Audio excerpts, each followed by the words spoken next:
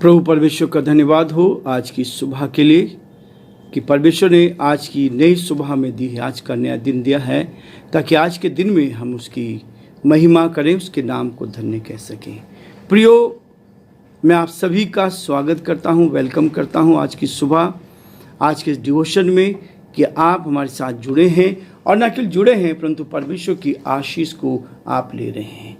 मैं धन्यवाद देना चाहूँगा उन सारे भाई बहनों के लिए जिन्होंने अच्छे कमेंट्स दिए हैं और इस बात को दिखा है कि हम इस डिवोशन के द्वारा आशीष को प्राप्त करें। प्रियो, प्रभु आपको बहुत आशीष देगा। ये साधारण तरीके से हम लोग परमेश्वर के वचन को बांटने का प्रयास करें। जो साधन हमें मिले हैं और जिन साधनों को जो हमारे पास है उनका इस्तेमाल करते हुए हम चाहते हैं कि प्रभु की महिमा हो और परमेश्वर को आदर मिले। प्रियो, आज के डिवोशन के लिए हम प्रार्थना करेंगे ताकि प्रभु की आशीष हम पर बनी रहे और ताकि प्रभु का हाथ पूरे दिन भर एक नई ताजगी हमें देता जाए और हम अपने जीवन में आगे बढ़ते जाएं। हम प्रार्थना करेंगे, अपनी आंखों को बंद करें और प्रभु परमेश्वर से आशीष को मांगें। प्रेमी और दयावान परमेश्वर, हम आपकी तारीफ करते हैं, हम आपकी प्रशंसा करते हैं, हम आपके नाम को सराहते हैं प्रभु जी, क्योंकि आप इसके योग्य परमेश्वर हैं। हमारा हृदय आपके प्रति धन्यवाद से भरा है। हम धन्यवाद देते हैं, आप हमें जीवन दे रहे हैं प्रभु जी। हमें आपने सुरक्षित रखा और बहुतों के लिए इस्तेमाल करने के लिए प्रभु आपने हमें चुना है ताकि हम आपकी महिमा कर सकें। अपने जीवन से, अपनी गवाही से प्रभु हम बहुतों को आपके निकटता में ला सके। प्रभु, हम आपसे प्रार्थना करते हैं, हमें और अधिक गंभीर बना, और अधिक अपने प्रति विश्वास योग्य बना, ताकि पूरे विश्वास योग्यता के साथ हम आपके नाम को धन्य कहते चले जाएं। आज पूरे दिन भर हमारी सहायता कर। हमारे सारे भाई बहनों के लिए हम पिता परमेश्वर आपसे आशीष को मांग लेते हैं और प्रार्थना करते हैं, हर एक पर अपनी उत्तम आशीष दे प्रभु। हर एक जन पिता परमेश्वर आज के दिन में नई ताजगी पाकर, नई सामर्थ, नई शक्ति पाकर आगे बढ़ते चले जाएं। जो मेरी आवाज़ सुन रहे प्रभु, आप उनसे बातचीत करें। ये वचन प्रभु एक एक के जीवन को बदल दे, जीवन को छू ले प्रभु, ताकि हर एक जन आपकी उपस्थिति का एहसास कर सके। हे दयालु, हे सामर्थी, हे विश्वास के योग्य परमेश्वर, हम आपको धन्यवाद देते हैं, हम आपकी स्तुति करते हैं कि आपने हम सबको संभाल। हमारे इस प्रदेश राजस्थान पर आपकी आशीष हो प्रभु जी। हमारे देश के सारे प्रदेशों के लिए प्रार्थना करते हैं, उनका वहाँ के मुख्यमंत्री के लिए प्रार्थना करते हैं, आप उन सबको सुरक्षित रखें। हमारे प्रदेश के मुख्यमंत्री अशोक गहलोत जी पर आपकी आशीष हो, उनके मंत्रिमंडल पर आपकी आशीष हो। आपने अभी तक संभाला, हम धन्यवाद देते हैं प्रभु। आप उनकी अगुवाई करें, हर बाधा प्रभु यीशु आपके नाम से दूर हो सके। आपका दया का हाथ उनके साथ बना रहे, ताकि प्रभु जी जो जिम्मेवारी आपने दी है उसको आपकी महिमा के लिए उठा सके। हम जानते प्रभु कि जिम्मेवारी केवल आपकी ओर से दी जाती है और प्रभु जो जिम्मेवारी को लेता है उसको उठाता है, वो आगे बढ़ता है। प्रभु, हम प्रार्थना करते हैं हमारे देश के लिए, देश के राष्ट्रपति के लिए, प्रधानमंत्री के लिए, आप उनको भी संभाले, आप उनकी मदद करो, आपका हाथ उनके साथ भी बना रहे। इस देश में चैन आए, शांति आए, आराम आए और आपकी महिमा कान बन सके। हम बड़े आदर के साथ, दीनता, नम्रता के साथ हमारे पूरे देश को आपके हाथ में सौंपते, हमारे सारे भाई बहनों को जो प्रभु जी आपकी आवाज़ को सुन रहे हैं आपके हाथ में सौंपते हुए इस प्रार्थना को अपने प्रभु, अपने उद्धारकर्ता यीशु मसीह के नाम से मांगते हैं, आमीन।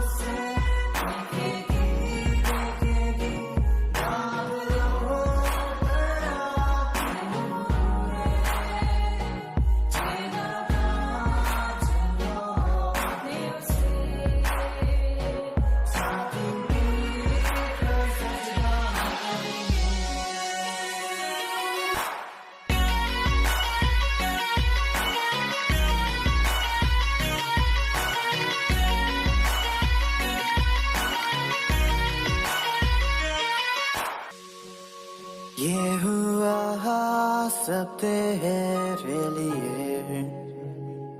तूने भी उसे छेड़ा था, फिर भी प्यार से वो बुलाता। जाता क्यों नहीं तू उसके पास, फिर भी प्यार से वो बुलाता। जाता क्यों नहीं तू उसके पास।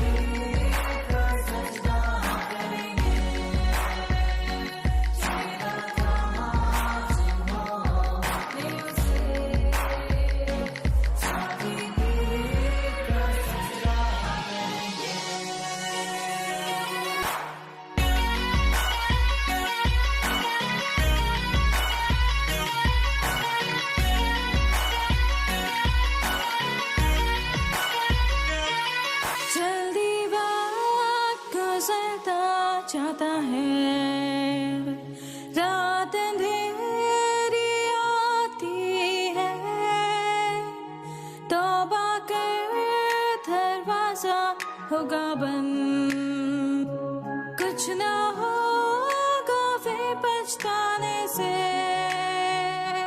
तौबा कर दरवाजा होगा बंद, कुछ ना होगा वे पछताने से।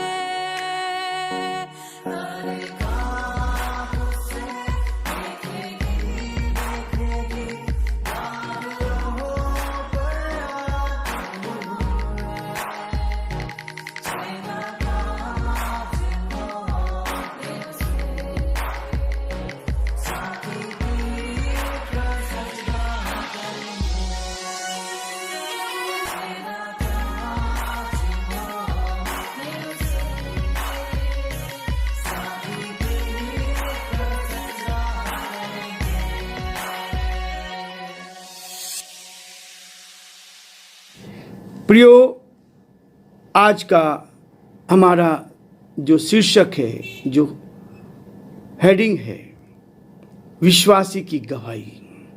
हमारे जीवन में क्या गवाही है, एक मसीह की क्या गवाही होनी चाहिए।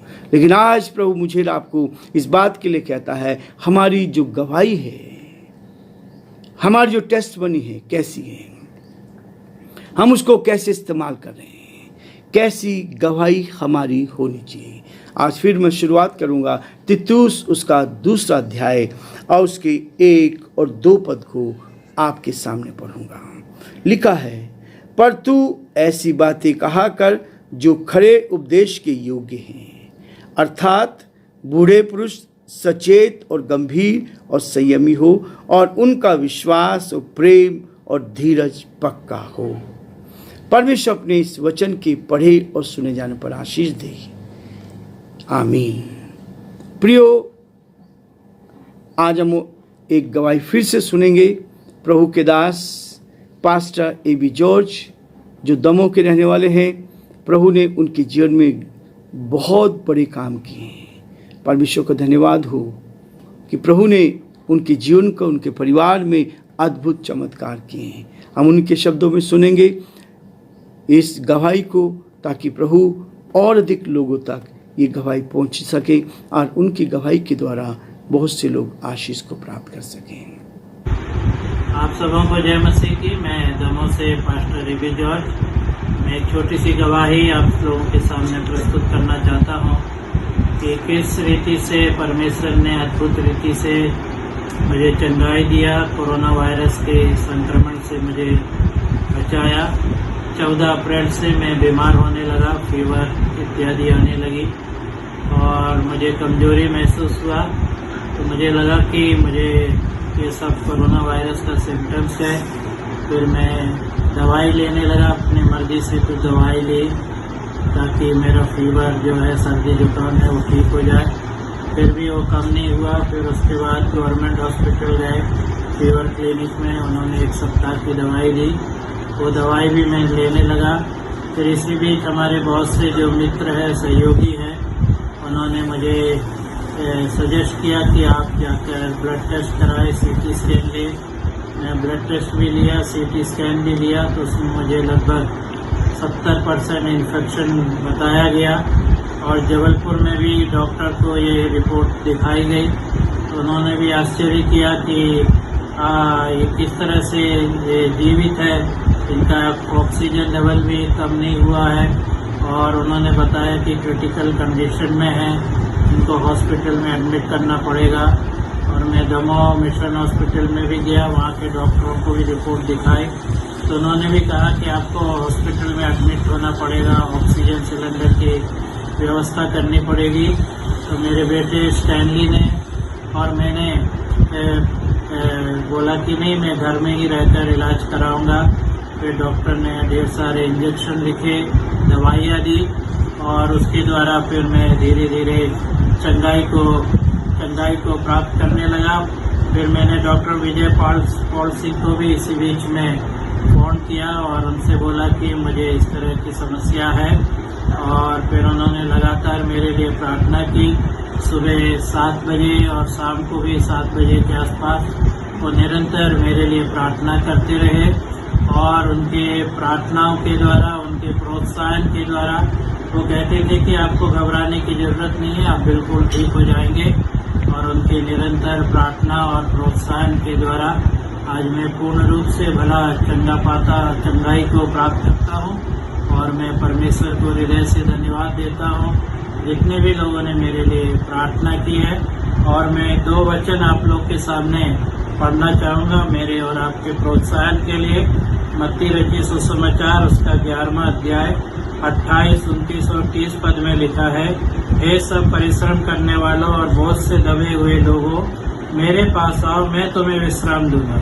मेरा जुआ सहज, मेरा जुआ अपने ऊपर उठा लो और मुझसे सीखो, क्योंकि मैं नम्र और मन में दीन हूँ, और तुम अपने मन में विश्राम पाओगे, क्योंकि मेरा जुआ सहज और मेरा बोझ हल्का है। परमेश्वर को धन्यवाद कि परमेश्वर ने मुझे गवाही प्रस्तुत करने के लिए अवसर दिया। परमेश्वर हम सबों को बहुत ऐसे आशीष। प्रभु की स्तुति हो, प्रभु के इन दास के लिए दी। मैं कई वर्षों से इनको जानता हूँ। प्रभु का धन्यवाद हो। दीन व्यक्ति हैं, प्रार्थना करने वाले, इनकी पत्नी, इनके बच्चे, बहुत अच्छा परिवार है। लेकिन पिछले दिनों जो तकलीफ आई, उसमें से प्रभु ने कैसे निकाला। जब ये ठीक हो गई, उसके बाद इन्होंने फिर से टेस्ट कराया, उनके बेटे ने भी टेस्ट कराया कि बेटा स्टैनली जवान बेटा है। टेस्ट करा के आए और उसमें टेस्ट में इनका जो बढ़ा हुआ था ब्लड इन्होंने कराया, तो उसमें 32.6 होता है नॉर्मल, लेकिन उसमें 32 था। और इनकी पत्नी का भी, यानी पास्टर जॉर्ज, उनकी पत्नी का भी ये बढ़ा हुआ था। उन्होंने मुझे फ़ोन किया, बात करी, और फ़ोन पर ही स्टैनली के लिए प्रार्थना की गई। और प्रभु का धन्यवाद हो कि उसकी प्रार्थना के बाद वो फिर से सिटी स्कैन कराने के लिए गए, और प्रभु ने क्या किया, अद्भुत चमत्कार किया। सब कुछ नील निकला, कोई तकलीफ नहीं हुई। प्रार्थना की सामर्थ ऐसे काम करती है। हमारी गवाही कैसी हो, हमारा जीवन कैसा हो, मसीह जीवन में वो कहता है, पर तू ऐसी बातें कहा कर जो खरे उपदेश के योग्य हो। प्रियो, ये वचन खरा है। प्रभु यीशु मसीह ने खराई का संदेश दिया है, सच्चाई का संदेश दिया है। सच्चाई हमेशा कड़वी लगती है, लेकिन जो इसको ग्रहण करते हैं वो उसके लिए आशीष का कारण बनते हैं। हमारे जीवन में परमेश्वर के सिद्धांत को प्रेम करना है। जो सिद्धांत परमेश्वर के हैं, जो जिसके बारे में प्रभु ने हमें बताया है, और यीशु मसीह संसार में आकर हमें उन सिद्धांतों को बताकर गया है। मसीह जीवन में वो सिद्धांत होने चाहिए, और वो सिद्धांत क्या है? पर तू ऐसी बातें कहा कर जो खरे उपदेश के योग्य हो। प्रियो, मेरा जीवन और आपका जीवन खराई का जीवन होना चाहिए, सच्चाई का जीवन होना चाहिए। हमारे देश में जो परंपरा है कि प्राण जाए पर वचन ना जाए, खराई से, सच्चाई से, लेकिन क्या हो रहा आज बिल्कुल सब चेंज हो चुका है। आज वचन कहता है कि हमें खराई का जीवन जीना है। हमारी गवाही में लोग हमें देखें, लोग हमारी गवाही दें। परमेश्वर हमें अपने लिए इस्तेमाल करना चाहता है। उसके बाद क्या? अर्थात बूढ़े पुरुष सचेत और गंभीर और संयमी हो। सचेत हो, हमें जागृत रहना है। इस संसार में जीवन जी रहे हैं, हमारी गवाही कैसी होनी चाहिए? हमें गंभीर संयमी होना चाहिए, कंट्रोल करना चाहिए। हमें अपने जीवन में बहुत सारी चीज़ों को मारना। पौलुस कहता है, मैं अपने शरीर को मारता कूटता और वश में लेकर आता हूँ। ये वो कहता है, हमारी गवाही और उनका विश्वास और प्रेम और धीरज पक्का हो। पक्का का मतलब है हमें बिल्कुल अटल रहना है। हम परमेश्वर के साथ बने रहे, आंधी आ जाए, तूफान आ जाए, हमने जो सीखा है हम उस सच्चाई को लेकर चले। प्रिय, सच्चाई के साथ हमें जीवन जीना है, ये बहुत स्पष्ट कहता है। दूसरी चीज वो कहता है, देखें कि आप सावधानी से चले नहीं। जब आप चल रहे हैं तो ये देख कर चले। जीवन में देखना है, रोजमर्रा की जिंदगी में, मेरे व्यवहार में, मेरी बातचीत में, मेरी बोलचाल में क्या है, हमारा सोचना क्या है, हम दूसरों के लिए क्या सोच रहे हैं। क्या मेरा जीवन अपने लिए है, मेरे परिवार के लिए होना चाहिए, लेकिन दूसरों के लिए, दूसरों की भलाई के लिए मेरा और आपका व्यवहार यही होना चाहिए। तब आप देखेंगे कि परमेश्वर आपको क्या कहता है। फिलिपियो उसका 2 अध्याय उसका 14 और 15 पद को मैं आपके सामने पढ़ूंगा। लिखा है, सब काम बिना कुरकुराए और बिना विवाद के क्या करो। प्रभु ने जो जिम्मेवारी आपको दे दी है, बिना विवाद की और बिना कुरकुराए काम करना है। प्रियो, ये वचन हमें उभारता है, ये वचन हमें आगे ले जाता है कि बिना कुरकुराए और बिना विवाद के हमें काम करना है। 15 पद कहता है, ताकि तुम निर्दोष और भोले होकर टेढ़े और हठीले लोगों के बीच परमेश्वर के निष्कलंक संतान बने रहो, जिनके बीच में तुम जीवन का वचन लिए हुए जगत में जलते दीपकों के समान दिखाई दो। ये हमारा व्यवहार प्रियो। फिलिपियों उसका 2 अध्याय 15 पद कह रहा है, ताकि हम निर्दोष हों और भोले होकर टेढ़े और हठीले लोगों के बीच में परमेश्वर के निष्कलंक संतान बने रहे। और न कि निष्कलंक संतान बने रहे, परंतु जलते हुए, बुझे हुए दीपक नहीं है। बुझे हुए दीपक से कभी भी रोशनी नहीं आएगी, लेकिन जलते हुए दीपक के रूप में हम आगे बढ़ते जाएं। आखिरी चीज और कह रहा है प्रियो, तीसरी बात वो मेरे और आपके लिए कहता है, देखें कि आप सावधानी से चलें। देखें कि आप सावधानी से चलें।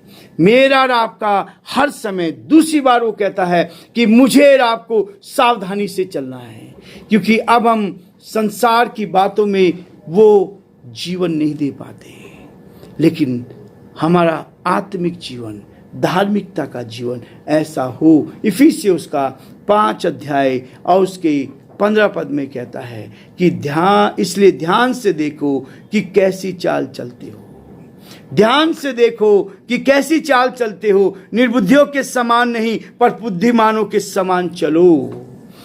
आप बुद्धिमान हैं, आपको स्वर्गीय बुद्धि दी गई है, आपकी आत्मा को शुद्ध किया गया है, आपके हृदय को बदल दिया गया है। अब आपको बुद्धिमानी से काम करना है।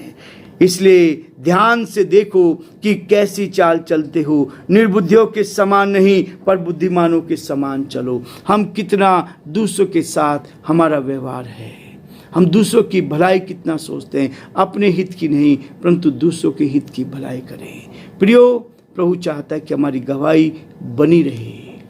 संसार में आंधी आएंगे, तूफान आएंगे, लोग गवाही खराब करना चाहते हैं। आंधी और तूफान तो आते हैं। अय्यूब के जीवन में कितनी आंधी तूफान आई, परिवार समाप्त हो गया, कुछ नहीं बचा, धन संपत्ति समाप्त हो गई, बीमारी का सामना करना पड़ा। क्या उसने कोई पाप किया था? हम हमेशा कहते हैं, लोगों की धारणा, मसीह लोगों की, विश्वासियों की भी धारणा होती है इसके जीवन में कहीं ना कहीं पाप होगा, इसलिए इन सारी समस्याओं का सामना कर। नहीं प्रियो, इसका मतलब है कि परमेश्वर आपको बहुत ऊंचाई पर ले जाना चाहता है। डबल आशीष पानी है तो तकलीफों में से होकर जाना पड़ेगा। इसलिए प्रभु के सेवकों, प्रभु के दास और दासियों, प्रभु का वचन कहता है कि हम अपनी गवाही को बना कर रखें। आंधी आए, तूफान आए, हम बराबर उसके साथ बने रहे। प्रभु आप सबको बहुत आशीष दे।